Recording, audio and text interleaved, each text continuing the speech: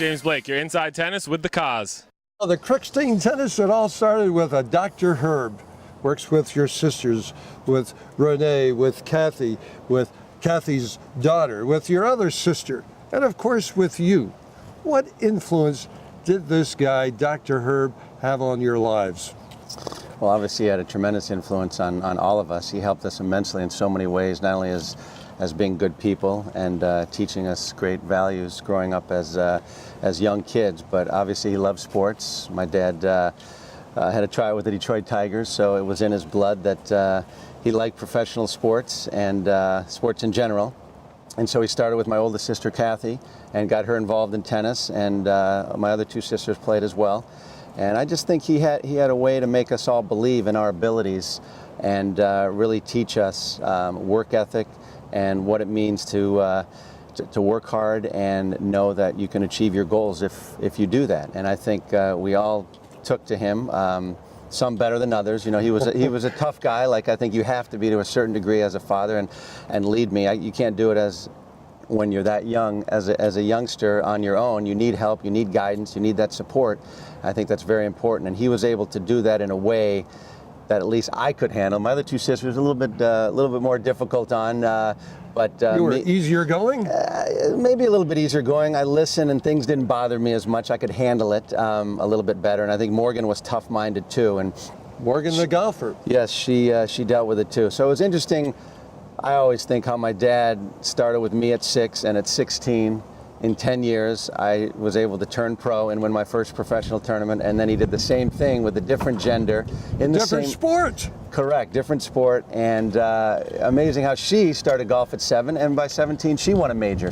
She had a natural golf swing, so we were very fortunate with her. And Aaron was the same way in tennis. They were both naturals, so I can't really take any credit. I just helped to put them in the right place, give them the opportunity to have great coaches. Besides me, of course, and I'm a doctor, I'm not a coach. Herb gets you into the game, but then he takes you down to Voluntary. You're down in Bradenton. Nick Voluntary looks at this guy and says, he's a nice young Jewish kid, maybe a little spoiled at times, maybe a little babied, and now his father wants me to make him an Italian. How much of an Italian did Nick Voluntary make you? I don't know about that. Maybe he watched a lot of the Rocky movies and he wanted me to turn into Sylvester Stallone and be that tough-minded person, you know, where he felt I needed that little more of a killer instinct, so to speak. I think that if there was one knack on me, it would be that maybe I didn't have that as much as I should have as a young age and going through the pros. But you know, Nick helped me immensely. I think he felt like I grew up in this wealthy area, maybe of Grosse Pointe, and he felt like I needed a little bit more and to toughen me up a little bit, even though deep down I thought I was very tough, and I was fine being a nice young Jewish boy. I didn't see anything wrong with that. But look, if Nick said I needed to be tougher, you know, he needed to work me into it. So, you know, I certainly listened to him, and he helped me a lot. Indelible memories about the Voluntary Tennis Academy. What was that like? Some of your best friends and you were all there together. Yeah, I mean, one of my first memories, of course, was with Nick. I walked in with my dad after just visiting Hopman's, which I didn't really like too much. They didn't give me too much attention. And I see this guy who was, I don't know how old, maybe in his 50s, sitting off the side of the court with his shirt off, with a plate of tin foil, getting a sunscreen. And I'm like, where's Nick, Dad? And he's like, he's right over there. And I'm like, this guy?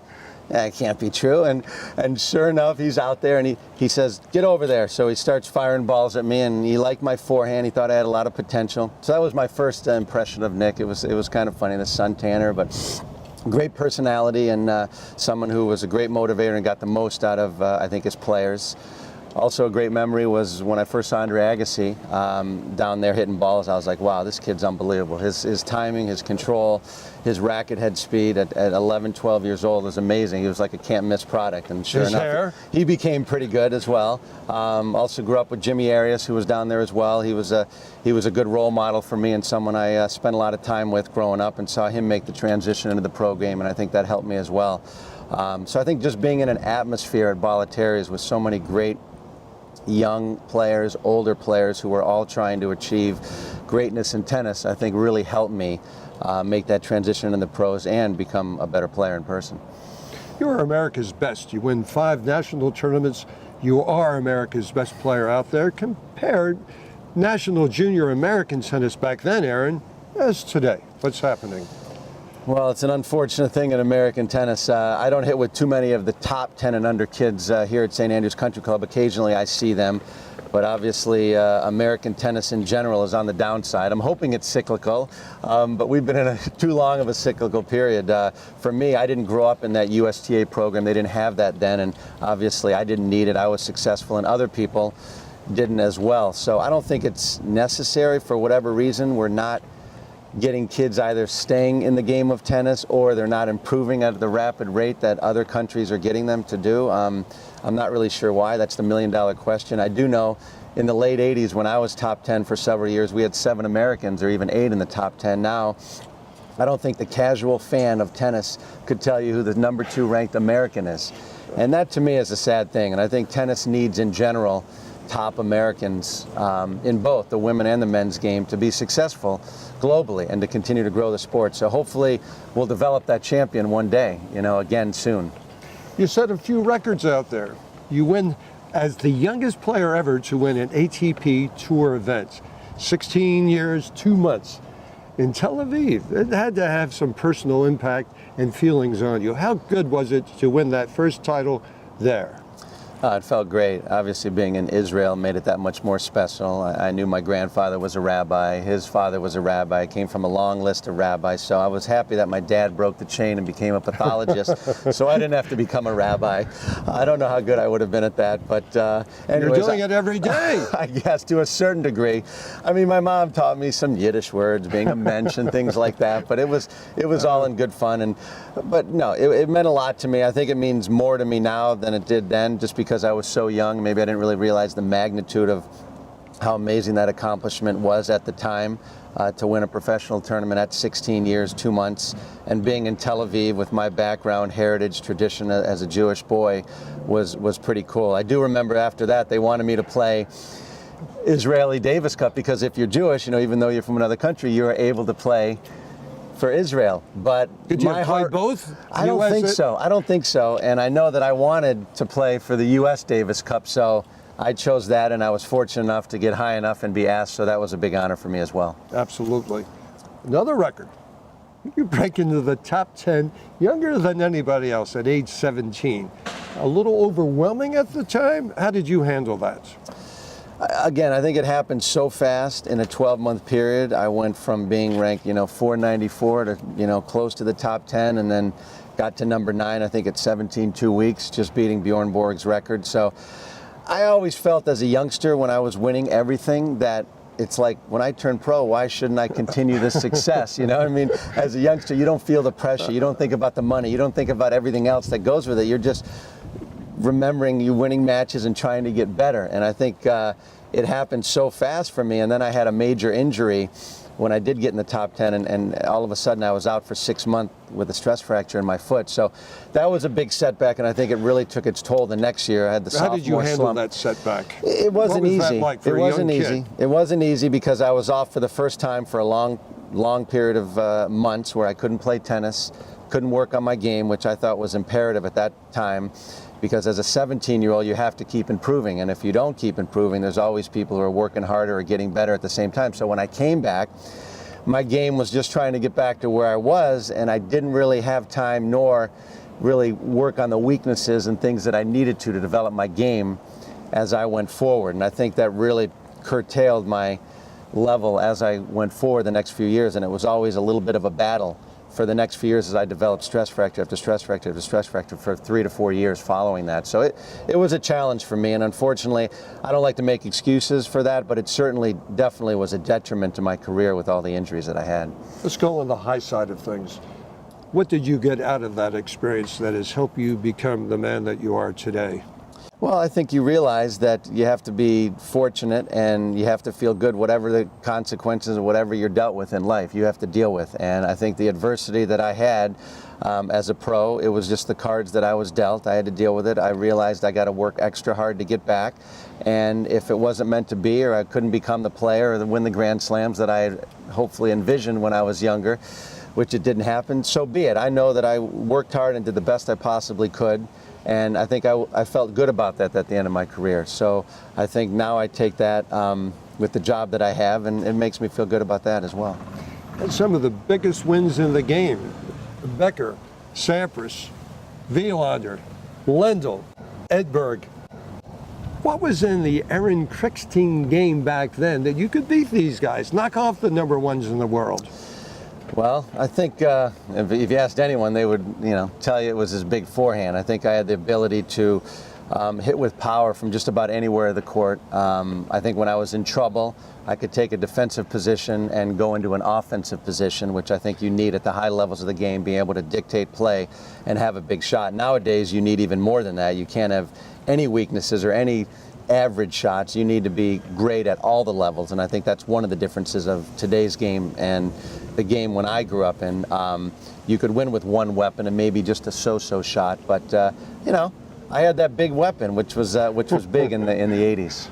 You had that big stick in the right hand. That's right. You know about that, but how big was this heart back then? How proud were you as a competitor? I think very proud. That was one of the main things that I had, whether Nick instilled that Italian in me or whatever it was. I think that's what helped me in those 5 setters, why I had such a great record in those come from behind matches. When I got to the 5th set, I knew that I could tough out the other guy, that I was going to play my best tennis at the end, that I wasn't going to give up in any fashion, that I was going to go all out, and at the end of the day, I was going to say, I gave it my all. And I think that mental toughness at the end of matches, which is why I had so much success. We all remember all those memorable battles you had on the tennis courts, but there was a very meaningful battle that you and your wife Bianca had. You battled with it, you battled with her through it. Where did you get the strength to beat that big C?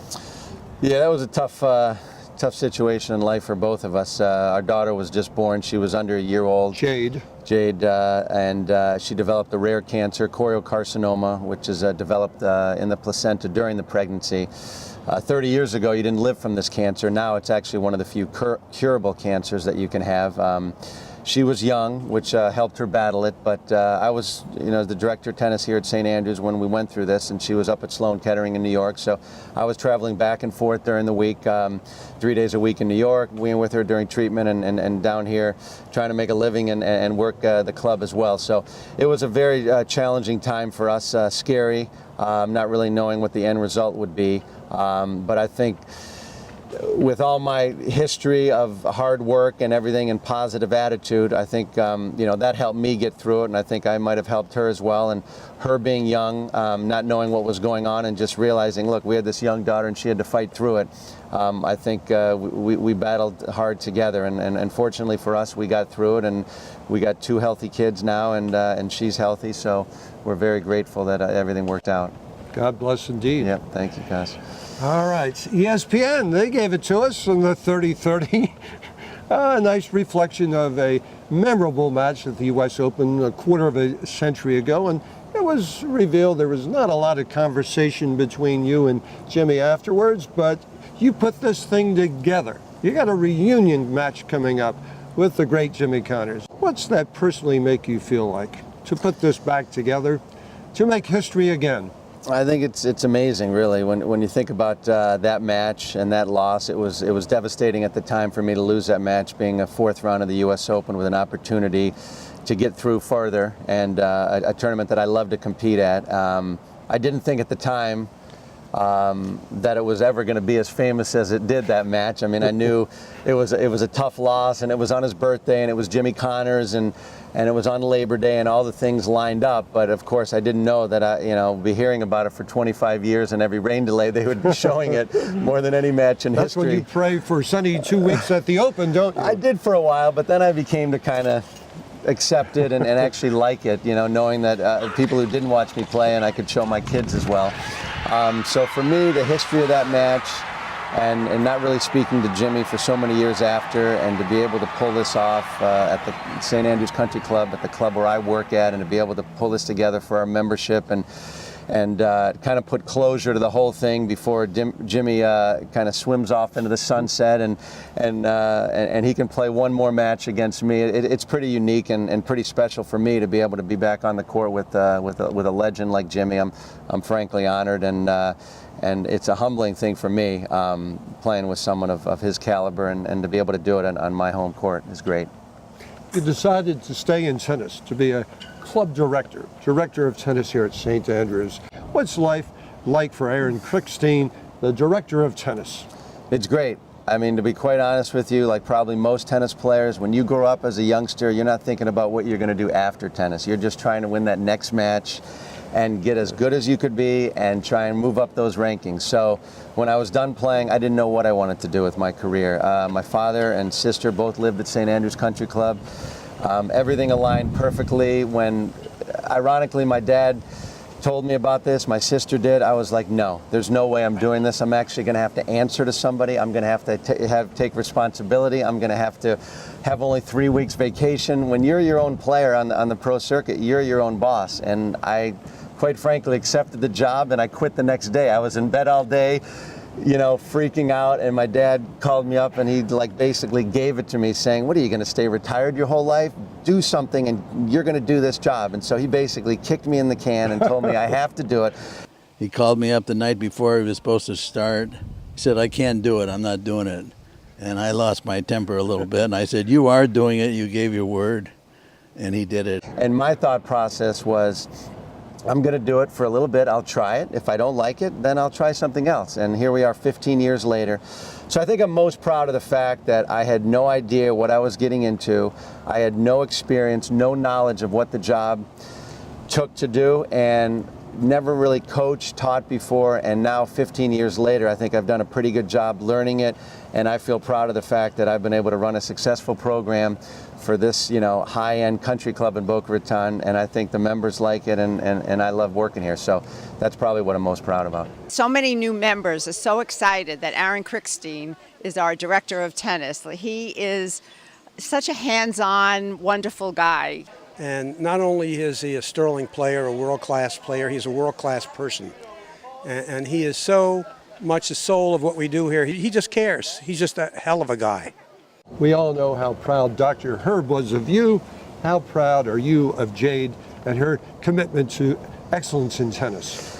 I mean, very proud, but actually, you know, she never had that passion that I did, and I didn't have the passion that my dad did in getting me to stay into tennis. I wanted her to learn the game of tennis. I taught it to her.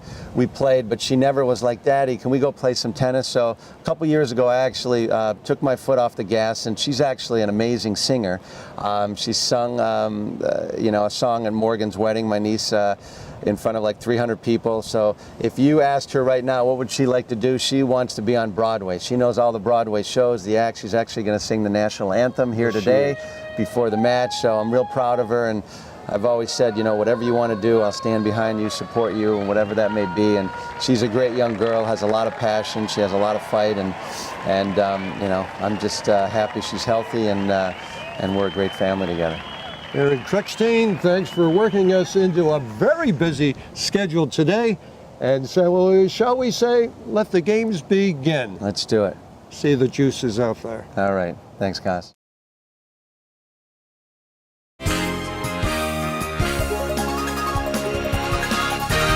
Hi, everybody. I'm Dick Vitale. You're Inside Tennis with the Caz.